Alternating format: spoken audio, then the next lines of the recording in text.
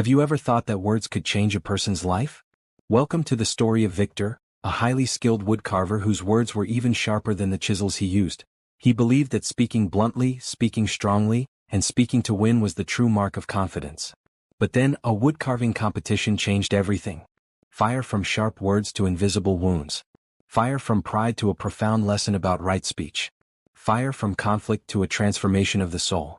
Backhand index pointing right, this story isn't just for Victor, it's for all of us. In today's world, where social media is flooded with comments, opinions and criticism, are we truly aware of the power of the words we use every day? Pushpin, join us in this journey to discover asterisk. White heavy checkmark, can words build or destroy a person? White heavy checkmark, right speech, the key to communicating without causing harm? White heavy checkmark, how can we use words to connect rather than divide? Speech balloon, have you ever been hurt by someone's words? Or unintentionally hurt someone with the way you spoke? Asterisk, share your thoughts in the comments.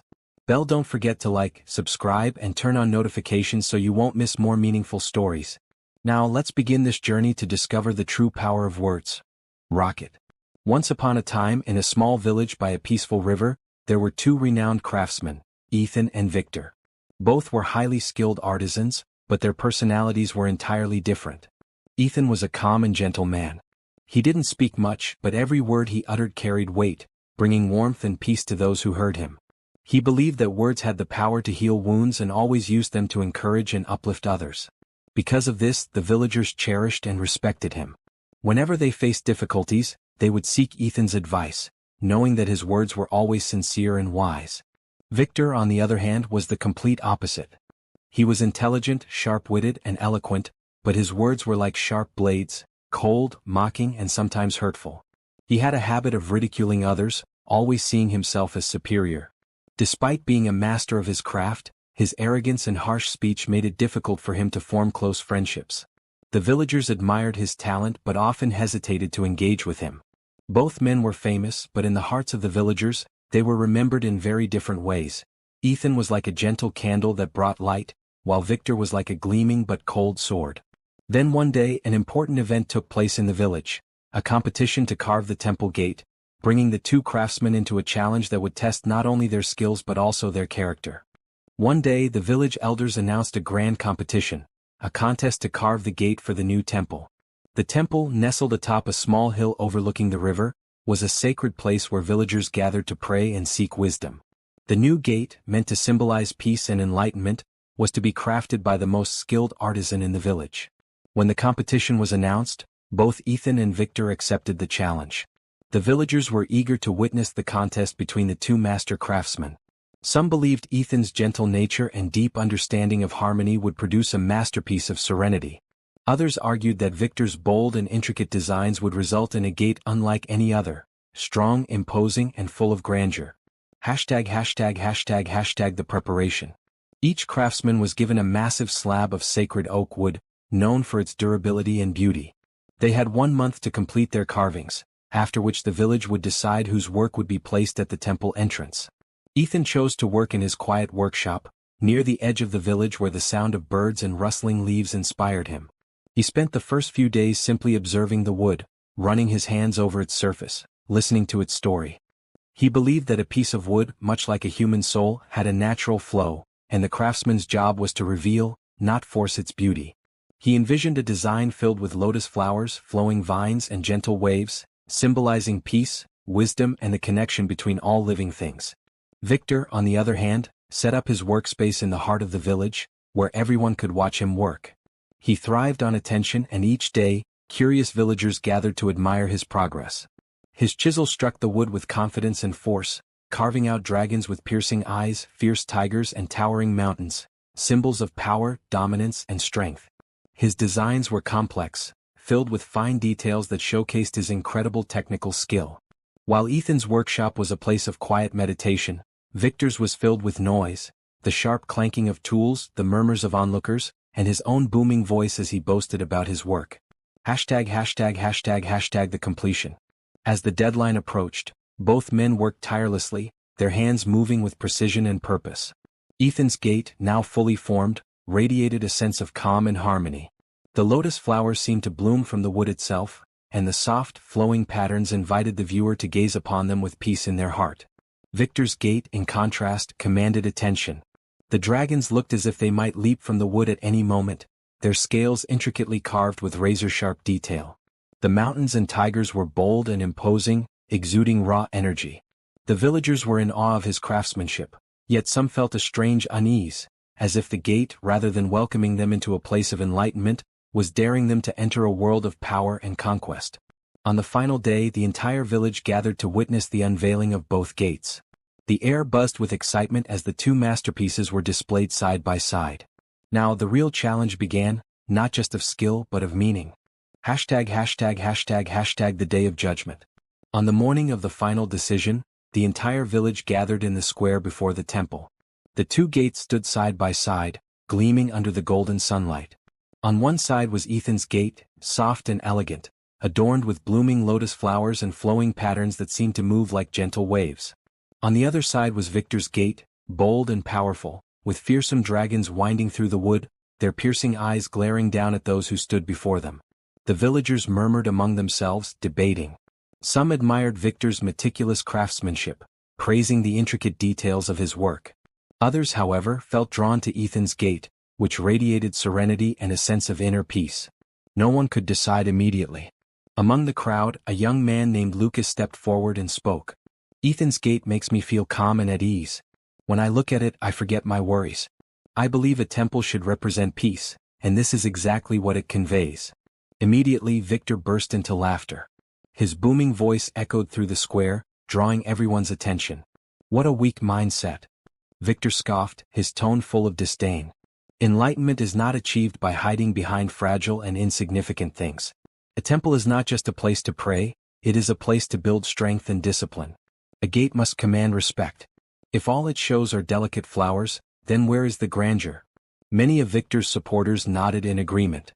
Indeed, his gate exuded power, and some believed that such strength was necessary to protect the temple's sacredness. But Lucas, though young, was not easily intimidated. He stepped forward boldly and replied, "Strength is not about looking fearsome or imposing. True strength is in self-control, not in constantly trying to appear powerful." Victor's face darkened. He folded his arms and spoke arrogantly. "What do you know? I've spent my entire life mastering this craft. I understand art better than anyone. A gate that does not command fear and respect is not worthy of standing at the temple." The villagers began dividing into two groups. One side supported Victor, believing that a temple should be grand and imposing, symbolizing its significance. The other side sided with Ethan, believing that serenity and peace were the true essence of a sacred place. Ethan remained silent. Throughout the heated argument, Ethan said nothing. He stood calmly, watching as the discussion unfolded. He neither reacted to Victor's mocking words nor tried to justify his work. A woman from the village turned to Ethan, frustrated. "Ethan, why don't you say anything? Don't you want to defend your creation?" Ethan simply smiled, his voice steady and warm. "A gate does not need words to prove its worth.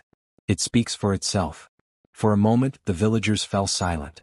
Some turned back to look at Ethan's gate more closely. As they stared at it, they began to notice something strange. Unlike Victor's gate, which was impressive at first glance, Ethan's gate seemed to grow more beautiful the longer they observed it. It carried a quiet presence, like water flowing, like the wind passing gently through the soul. Victor grew irritated by Ethan's calm demeanor. He clenched his fists and pressed forward, still unwilling to back down. People only remember greatness, not weakness. The silence you admire is nothing more than surrender. This time Ethan slowly turned to Victor. His gaze was kind yet unwavering. He replied softly, "Silence is not weakness. It is the greatest strength, because only those who are truly strong can remain calm amidst the storm." Victor was speechless. The teachings of the temple master. At that moment, the temple master stepped forward. He had been quietly observing the entire debate and now spoke in a calm, wise voice. "Words are like a sharp blade. If used to harm, they leave deep wounds. But if used to uplift, they become like a flower, spreading fragrance and healing the soul." He turned to Victor, his gaze gentle yet firm. "Victor, you have great talent, but you use words as weapons to strike others down. Sharpness is not always a virtue. A true artisan does not only showcase skill, but also reflects his soul in his work. Then he looked at Ethan. Ethan, you understand the power of silence, and that is a precious gift. But sometimes even good things need words to protect them, to help others understand their true value. Victor lowered his head, realizing for the first time that his arrogance had done more harm than good. The villagers too started seeing beyond just the craftsmanship. They now understood that this competition was no longer just about skill. It was a battle between two philosophies, power or peace, dominance or understanding. Now they stood before a difficult decision. Which gate truly deserved to stand at the temple's entrance? ##### silence before the storm. Even after the two gates were placed side by side, the villagers' arguments showed no sign of settling. Some believed that Victor's gate represented power, making the temple more imposing and commanding respect from all who approached. Others favored Ethan's gate, saying it embodied tranquility and the true essence of a sacred place. Amidst the growing debate, the temple master remained seated on the temple steps, quietly listening. His face was calm, showing neither urgency nor bias. Only when he sensed the villagers' emotions reaching their peak did he rise to his feet. With that simple gesture, the entire village fell silent. The temple master walked toward the two gates, gently running his fingers over the intricate carvings of both. His face was serene, but his eyes held deep wisdom. "My dear villagers, what is it that you are arguing about?" An elder from the village stepped forward and replied, "Master, we are trying to choose the most suitable gate for the temple. But each gate carries a different meaning and we cannot come to an agreement." The temple master nodded, then turned to the two artisans. "Ethan, tell me, what did you put into your creation?" Ethan clasped his hands and bowed, his voice calm and steady. "Master, I believe a gate is not just a boundary, it is an entrance to the soul. When a person walks through it, I hope they feel peace and serenity, like a gentle stream washing away the burdens of the world. I chose soft, flowing patterns to remind people that wisdom is found in silence." The temple master smiled, then turned to Victor. "And you, Victor? What did you place in your creation?" Victor took a deep breath and spoke with great pride. "Master, I believe that strength and power are the essence of life. If a gate does not command fear and respect, then it has no value.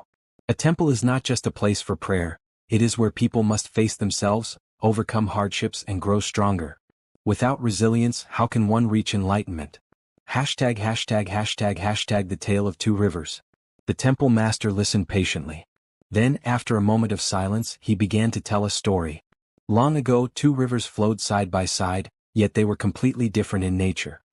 One river was wild and turbulent, crashing against rocks, sweeping away everything in its path. People feared it, never daring to approach. The other river was calm and gentle, flowing steadily through fields, nurturing the lands around it. Birds rested on its surface, children played along its banks. Both rivers were strong in their own ways. But in the end, the wild river dried up, its constant fury consuming itself. Meanwhile, the gentle river continued to flow, bringing life wherever it went. The temple master paused, his gaze sweeping across the villagers. "Do you understand the meaning of this story?" The crowd remained silent for a moment. Then an elderly villager softly replied, "Master, you are saying that true strength is not just about force, but about endurance and wisdom." The temple master nodded. "Indeed. Strength is not in appearance but in lasting presence. A temple does not need fear to protect it. It needs peace, because peace is what makes people want to stay, to reflect, and to seek the path of enlightenment." A lesson for the artisan. Victor clenched his fists. He could not deny the truth in the master's words. For years, he had tried to prove himself through sheer force, but now he realized that strength alone was not enough to create something truly meaningful. Ethan remained silent, but in his eyes was a quiet understanding. The temple master stepped toward Victor and placed a gentle hand on his shoulder. "Victor, you have great talent. But remember, a true artisan does not only carve wood, he carves his own soul. If you create only with your hands and not with your heart, your work will be nothing more than lifeless shapes." Victor lowered his head. For the first time in his life he felt a weight lift from within. The master turned to the villagers. "Now, my dear ones, do you have your answer?" The villagers exchanged glances. There was no more arguing. They now understood that a temple gate did not need to be grand or intimidating, it needed to bring peace to those who passed through it. After a long moment, an elder stepped forward and bowed deeply to the master. "Master, we understand now. Ethan's gate is the most fitting choice for the temple. A round of applause followed, not loud cheers but quiet, heartfelt approval. Victor took a deep breath and slowly turned to Ethan. Ethan, I was wrong. I always thought that only strength could earn respect. But now I see that silence and peace can touch the heart more deeply than anything else. Ethan smiled and extended his hand. There is no right or wrong, only lessons for us to learn. Victor grasped Ethan's hand firmly, and for the first time, a true smile appeared on his face. #########, a new gate, a new beginning. A few days later, Ethan's gate was placed at the temple entrance. As the sun rose, light passed through the delicate carvings, casting soft shadows on the ground. There were no more debates, no more conflicts. There was only tranquility, like a gentle stream flowing, like a passing breeze stirring the blooming lotus flowers. #######, the village's newfound harmony. With Ethan's gate standing gracefully at the temple entrance, the once divided village found itself slowly returning to a sense of unity. The heated arguments from before seemed almost like a distant memory, replaced by an unspoken understanding that peace, more than anything else, was the true foundation of a strong community. Victor, however, found himself struggling with an unfamiliar silence within his heart. It was not the kind of silence he once viewed as weakness, nor was it the forced restraint of a man unwilling to admit defeat. Instead, it was a silence that asked him to listen, to himself, to others, and to the world around him.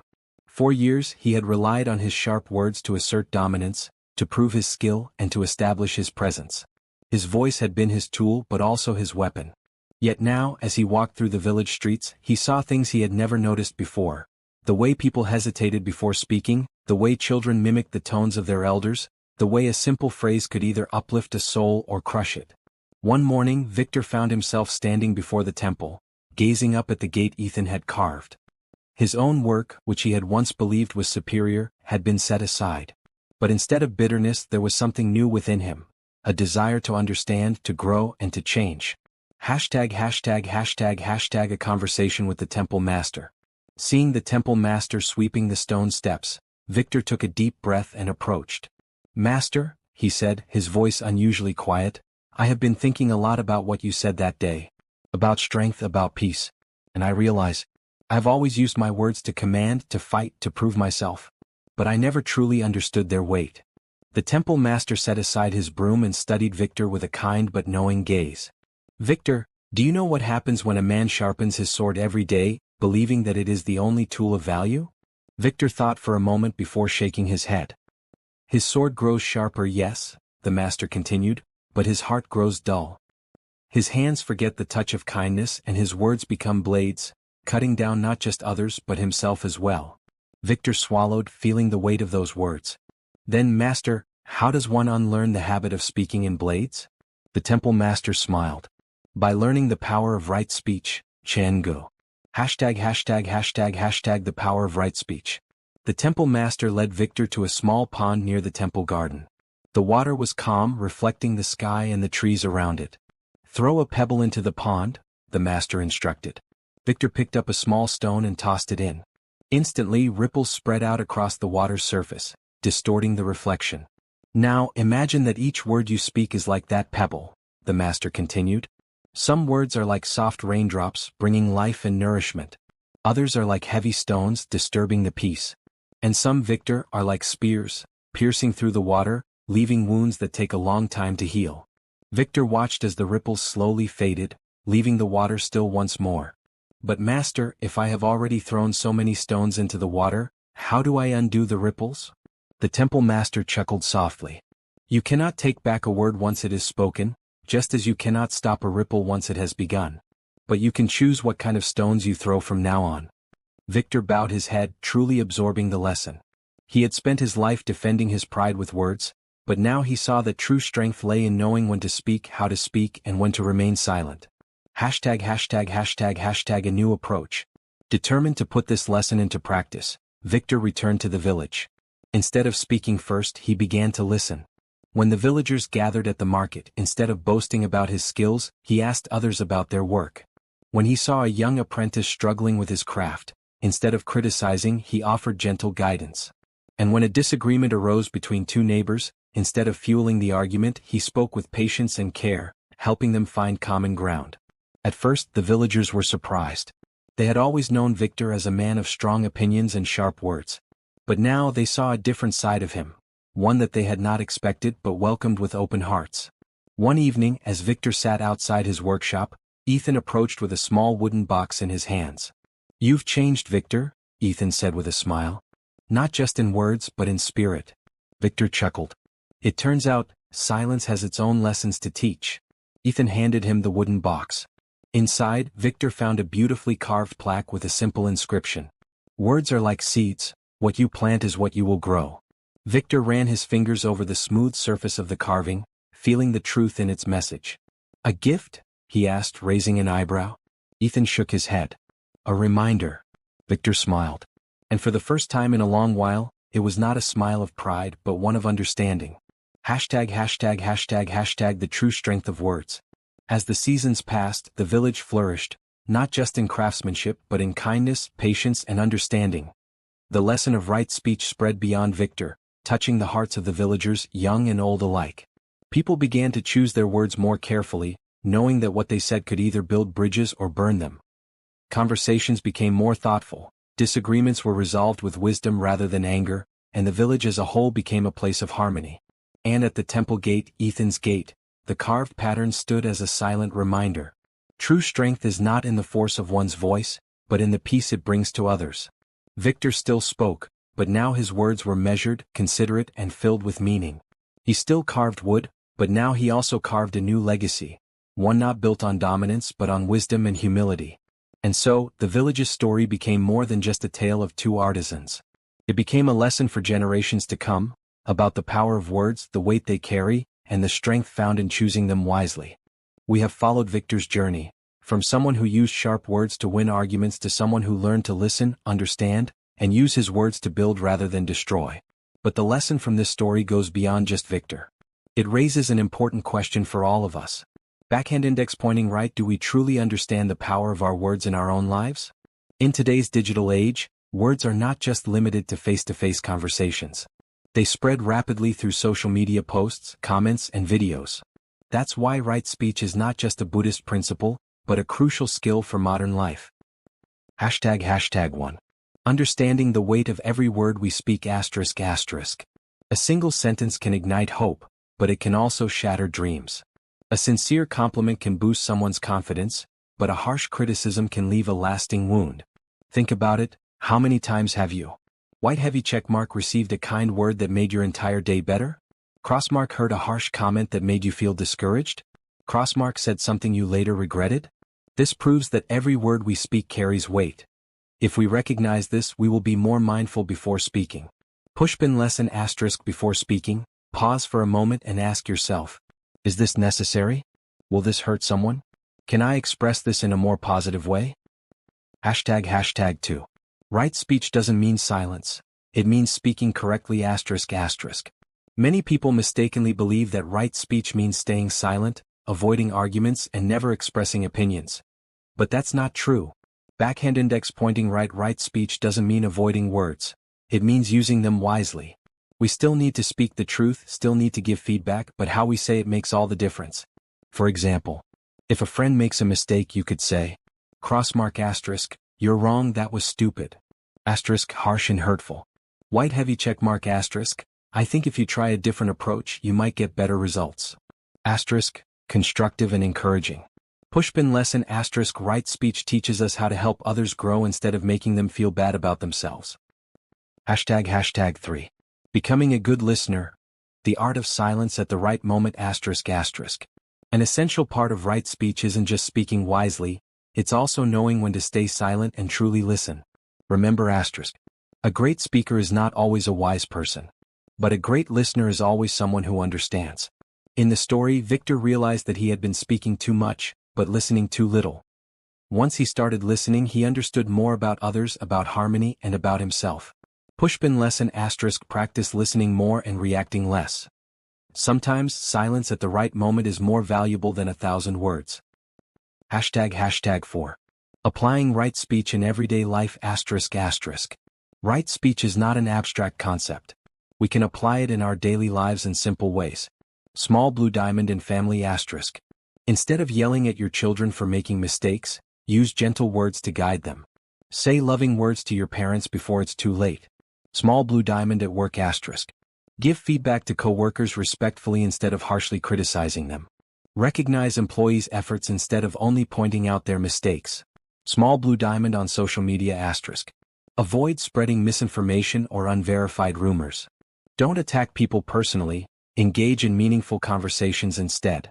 Pushpin lesson asterisk. If everyone practices right speech, the world will have more meaningful conversations and fewer pointless arguments. ##5. Conclusion: every word we speak is an action asterisk asterisk. At the end of the story, Victor changed. But his transformation was not just in his words, it was in his heart. He realized that words are not just sounds, they are actions that shape the world around us. The same applies to us. Every day we have the power to choose whether our words spread kindness or negativity. Every sentence we speak can build someone up or tear them down. So what will you choose? Starting today, let's practice right speech so that our words become a source of light, not darkness, in the hearts of others. Backhand index pointing right. Have you ever experienced the power of words in your life? Share your thoughts in the comments. Asterisk asterisk. Bell. If you found this lesson helpful, don't forget to like and subscribe for more meaningful stories. Thank you for watching. Wishing you peace and the wisdom to use words to spread kindness. Asterisk asterisk blue heart.